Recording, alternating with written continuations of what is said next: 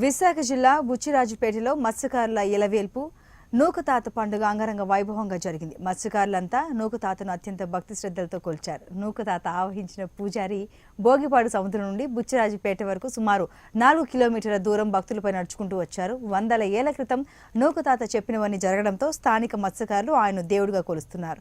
ఈ ఉత్సవాన్ని తిలకించేందుకు జిల్లాలోని నలుమూలల నుంచి వేలాది మంది భక్తులు బుచ్చిరాజుపేట గ్రామానికి వచ్చారు. ఈ పండుగ ఆద్యంతం భక్తి రసాలను పంచింది.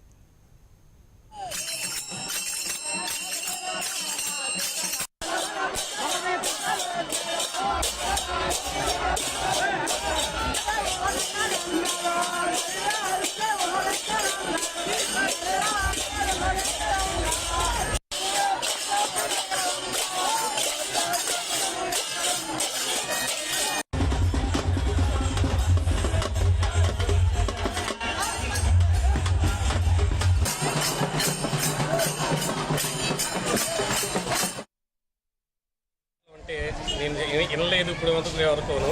చాలా జనంతో ఇంత పేరుగా నూకతాత ఇంత పండగతో ఇంత అభివృద్ధిగా నేను ఎప్పుడు చూడలేదు. ఇది చాలా గొప్పగా ఉంది చూడడానికి. ఇంత జనం చాలా విశాఖపట్నం కాకినాడ ఏరియా నుంచి, విశాఖపట్నం యానం ఏరియా నుంచి కూడా అక్కడి నుంచి కూడా వస్తున్నారు.